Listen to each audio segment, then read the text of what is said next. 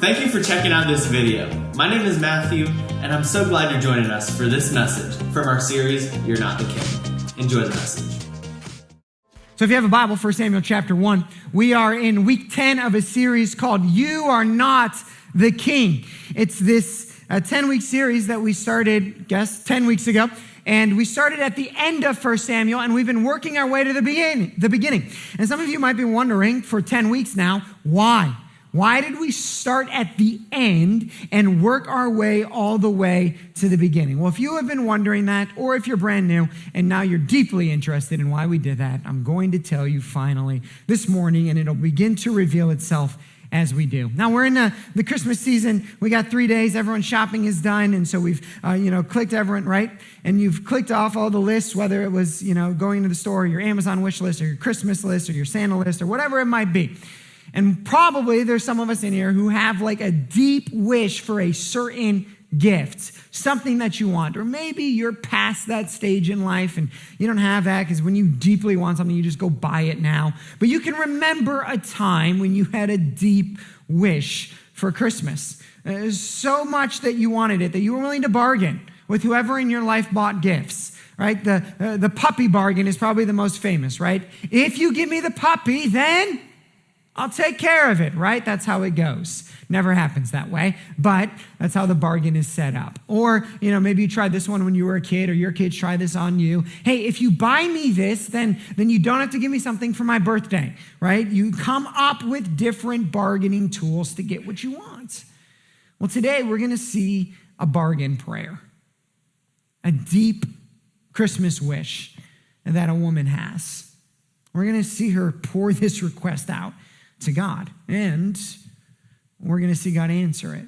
But as we do, I want us to see why we moved from the end to the beginning, and also what this wish is really all about. Let's start in verse 1.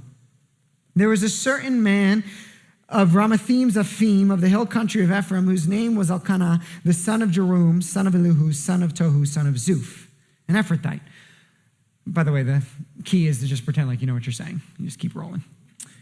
We're introduced here to a new character, a guy by the name of Elkanah. If you're a comic fan, today's talk is like the origin story. And what we're seeing here is the birth of Samuel. And we've seen three main characters throughout this series. At the beginning, which was the end, we saw Saul, the tragic death on a mountain. That gave way to a new king, David. And we saw both Saul and David's rises, and we saw Saul's fall. We saw Samuel mostly as in his words, not mine, old gray-haired prophet. We saw him last week as an adolescent boy. Today we learn about his origin story. It starts with his father, a guy by the name of Elkanah, who had 2 wives. Happens a lot in the Bible, never turns out good, just so you know. He had 2 wives. The name of the one was Hannah, and the name of the other, Peninnah. And Peninnah had children, but Hannah had no children. She's a woman defined by pregnancy. In her case, none. Not such a massive deal in modern America, but a huge deal in ancient Palestine. And she would have worn this. And she would have worn it with some level of shame. And you can see that her rival, as the other wife is called, insults her for it, puts her down for it. And that also, it becomes Hannah's deepest source of pain. Now this man, Elkanah, used to go up year by year. Year by year. Like a Christmas tradition, year by year. Every year, this moment or this time would come around where it was time for the family to take a journey and a pilgrimage and to arrive where they were supposed to every single year. Now, some of us, our Christmas traditions are things that we love. And year by year, we go and we celebrate, and it brings joy. And there are others of us in here who the Christmas season doesn't ring so joyous. In fact, year by year, maybe what Christmas does is remind you more of what you lack than what you have. From personal experience, somebody who didn't get married till 30, I can say that some of those upper 20s Christmases weren't so much fun. 28, 29, waking up in your own house on Christmas when you don't decorate because you're a dude is not super joyous. And though Christmas was good and my family is great, there was a shadow of, man, this reminds me almost more of what I don't have than what I do. And that's what it was for Hannah. Every year, year after year. So she would go because she's a good wife and she would do it. But every year she'd go up, reminded of what she didn't have. Year by year, from his city to worship and to sacrifice to the Lord of hosts at Shiloh. Now we get a quick little kind of parenthetical reference telling us what's going on in town. Where the two sons of Eli, Hophni and Phinehas, were priests of the Lord. Now the priests are the spiritual leaders of Israel, and the two are sons of the head priest, and they're not good priests. And so the state in which we're looking at, the current reality, is a priesthood that is abusive, that is corrupt, that is more self-serving than it is aiming to serve the people. It is greedy, and it's political. It's not a good priesthood. And this is how religion has a stranglehold on Israel right now, led by these two bad priests.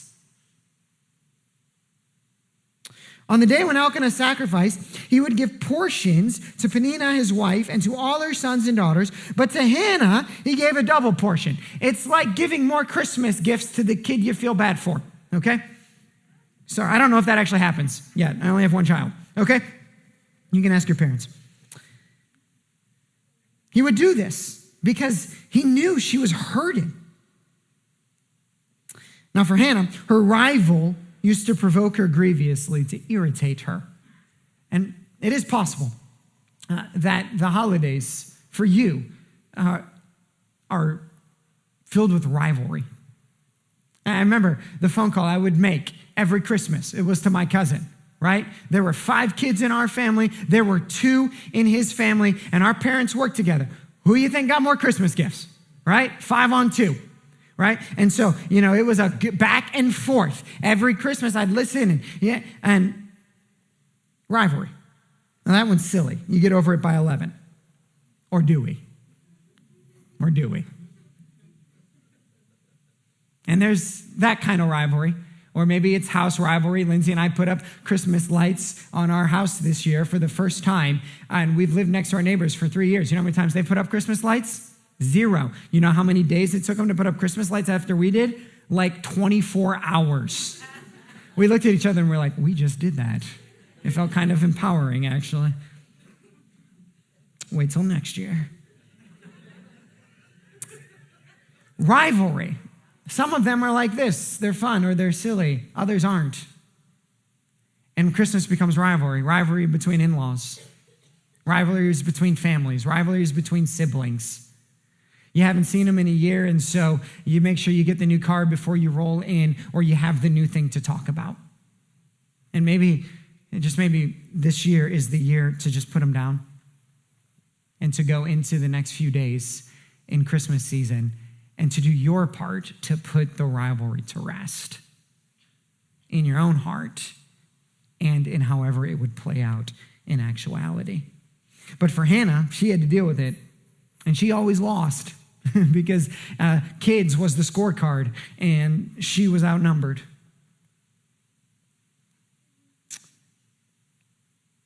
So it went on, year by year. Just kept on going. As often as she went up to the house of the Lord, she used to provoke her. Think about that. Every time she would go to do this spiritual thing, this good thing, every time she would do that, she would associate that with, this is what I don't have. This is what I've lost. Therefore, Hannah wept, and she would not eat. We have to see in Hannah a woman who's hurting, who is filled with pain, who the deepest desire of her heart is unmet. And Elkanah, her husband, said to her, Hannah, why do you weep? And why do you not eat? And why is your heart sad? Am I not more to you than 10 sons? Now, this might read as dismissive or arrogant, but it's really supposed to read as tender love. Him looking at his wife saying, what else can I do? It hurts me to see you this way. And I know some of you have this conversation with loved ones where you say, what else can I do? I don't know how else to help. Why the heaviness of heart? And so Hannah, on her yearly ritual, carried this heaviness. And though she had a good husband, we can assume that she loved. Not enough. The deep desire of her heart still leaves her lacking. Maybe you can relate to that, where something deep down still feels unsettled, where the holiday season brings up certain thoughts of what's missing. After they had eaten and drunk in Shiloh, Hannah rose. My sister taught on this passage at our women's event. I read her notes for it, cheating, and she pointed this out.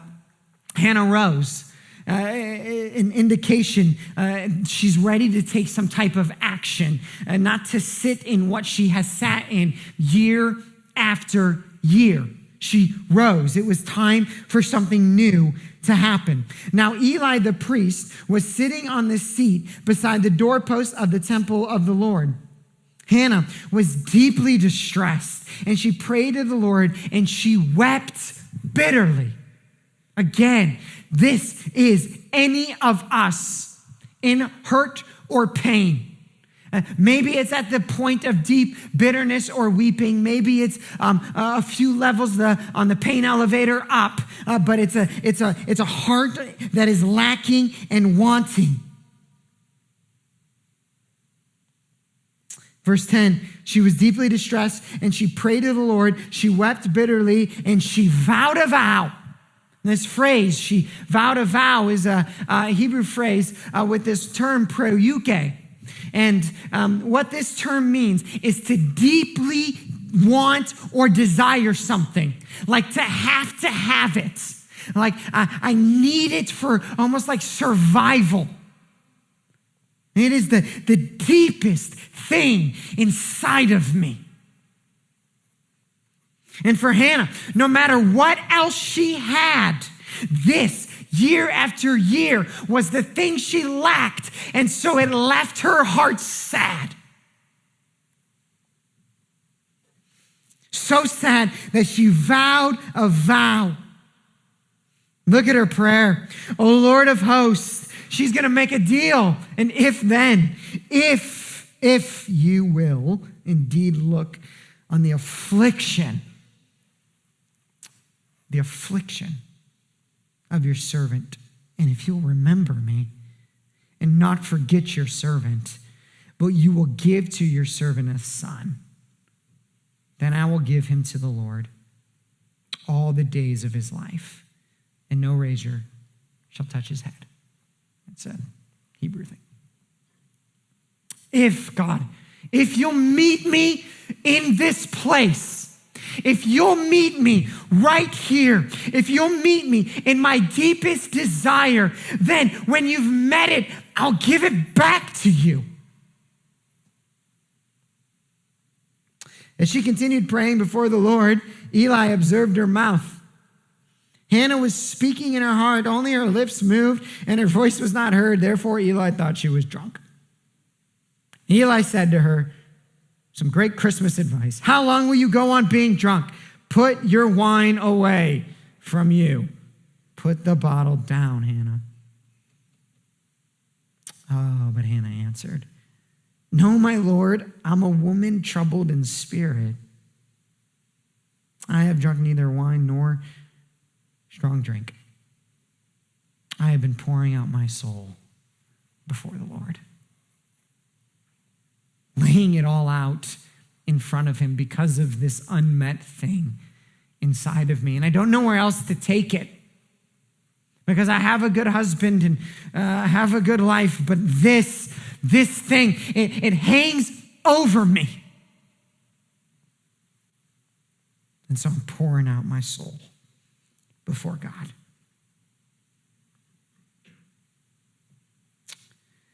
Do not regard your servant as a worthless woman. This term worthless is a term means turned over to evil. It's interesting because in the next chapter, the same term will be used to describe the sons of Eli, the bad priests. They'll be called worthless. And what you have here is Eli making this assumption that this woman is drunk and she is worthless. She's been turned over to evil, when in reality, those who were posing as religious were the really ones who were. And isn't it interesting that sometimes what we do is we look at those who are troubled in spirit and think, oh, they don't get it, when they're actually the ones who do the most. When they understand the whole.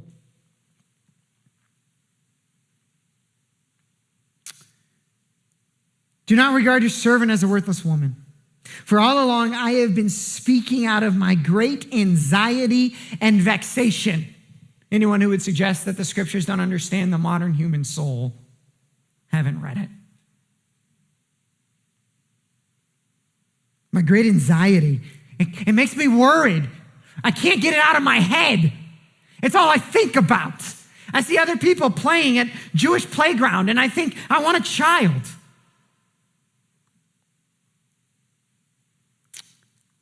Look what happens.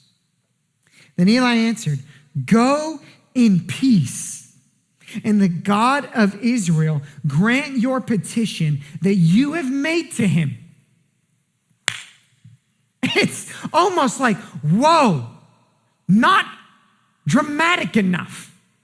Like in a line, he says, okay, go in peace and may it be done. What? And she said, let your servant find favor in your eyes. I wonder if that's like a modern way of saying, you better not be messing with me because I really want this. And I know where you live.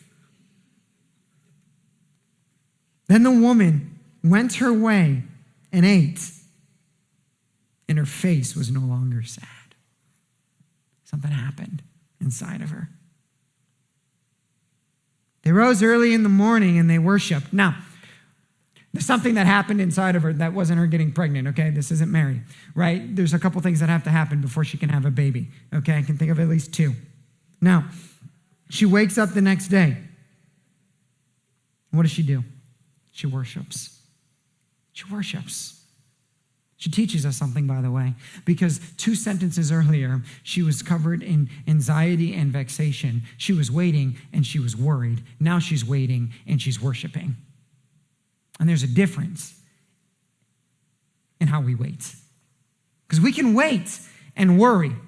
And some of us maybe have spent all of 2018 waiting and worrying.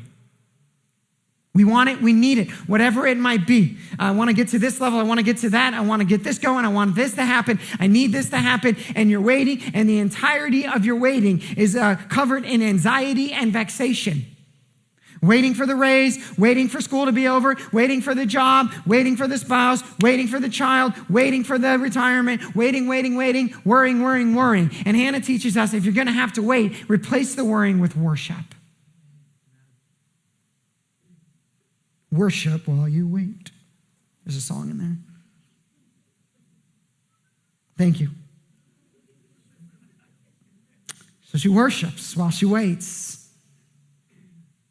Then they went back to their house at Ramah, and Elkanah knew Hannah, his wife. That's the first thing. And the Lord remembered her, and in due time. Oh, it would be fun to just preach a sermon entitled Due Time.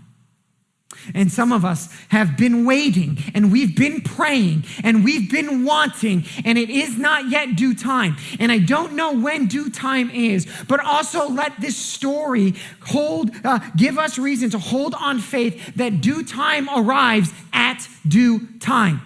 And so don't stop praying for what's on the other end in due time. In due time, Hannah conceived and she bore a son. There's the second thing. And she called his name Samuel. For she said, I have asked for him from the Lord, and he was given. What a beautiful story.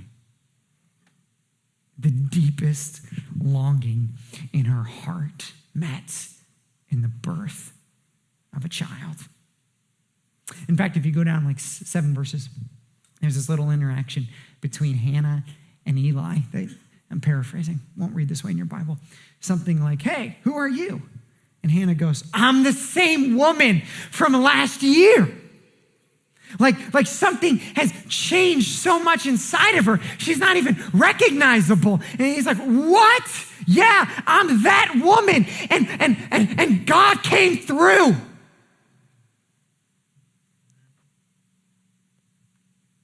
God came through.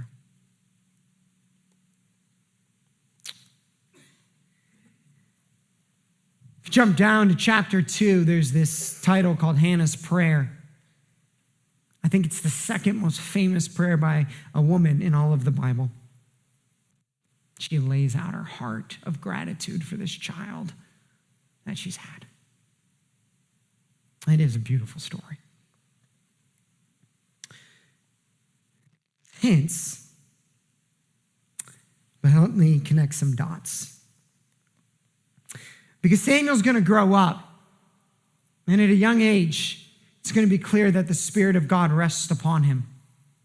And what Samuel's going to do then is he's going to replace a broken priesthood, a priesthood that is corrupt and more self-serving than it is serving the people and mediating to God. A priesthood that's more about what can we get than what can we give to you. And Samuel's going to grow up and he's going to replace that priesthood. But at some point in time, what is also going to happen is Samuel, who's going to be the prophet and the priest, he's going to hand over his leadership of Israel over to a king. The first one is going to be a guy by the name of Saul. And Saul is going to be a temporary king, but God is going to put a standard of perfection upon his reign. And when he's unable to live up to the standard of perfection, he's going to be dethroned. And his reign is going to end. And it does so tragically on a mountain at the end of the story. But as the story reads, 3 days later, news travels from that death to a new king named David, who ushers in a brand new reign over Israel. Summary of the book of 1 Samuel. Right there. And it is also the exact summary of the story of Christ. And so why did we go from end to beginning? Because the end is Easter. The end is Easter. Saul, the temporary king, represents the law that dies in Christ on a tragic death on a mountain, that 3 days later gives birth to a new reign, David, the reign of grace. And we're supposed to see that as certain as Saul died on that mountain, the reign of the law over us is dead. And as certain as David became the new king, you and I now live under a reign of grace. God's grace and his love and his mercy. And if you don't understand what it means to live under the reign of grace, it means this, that what makes you okay with God is not what you do. That's as simple as I can say it. That your righteousness measured before God is not a scale of your good and your bad. Your righteousness before God is 100% measured upon what Jesus did. 100%. Which means if you've embraced Christ as your king, then you're fully righteous. You're fully righteous. Because Christ's righteousness is your righteousness. Saul and David weren't both king at the same time. What that means is we can't both live under the law and grace at the same time. Only one can be king. We only live under the law where I have to be good to be okay with God, or I live under grace, and if I am, it does not matter what I do. If I'm in Christ, I am considered righteous. There's only one king. That's the end of the story. That's why we started there. Then we work our way backwards, because every story's got an origin. Right? So there's a different story of a different young lady who is also defined by her pregnancy. And this one, not her lack thereof, but an impossible one that she has one, and she's a virgin. This young lady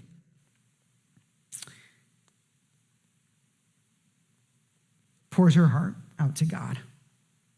This young lady also has a son. And in John chapter 1, verse 1, reads this. And the Word was with God, and the Word was God. In the beginning, the Word was with God, and the Word was God. And the Word became flesh. And locked up in that phrase is the exact same root of the Hebrew word for UK. UK, which means what? That the deep desire of the heart has finally been met. Let me say this as simply as I can. What Samuel was for Hannah, Jesus is for each and every one of us. Hannah could not, no matter what else she had, find joy in her heart until Samuel was born. If we follow the parallel and the teaching, what it means is that the human heart is incapable of its full and final satisfaction until the Son, Christ, was born. But He is. Which means the same joy that Hannah had when she saw Samuel is the same joy that we're to have when we see Christ. Because the deep desire of the human heart, of your heart, is met only in Him. Christmas is God looking out at the world and not just seeing their Amazon list, not just seeing their list that they wrote for their spouse or texted the link to so they don't get the wrong size. Christmas is God looking out at the world and saying, I know what you desire deepest. Here it is. Let's pray. Thanks again for checking out this video. For more information on our church, visit redemptioncitychurch.tv. Have a great week.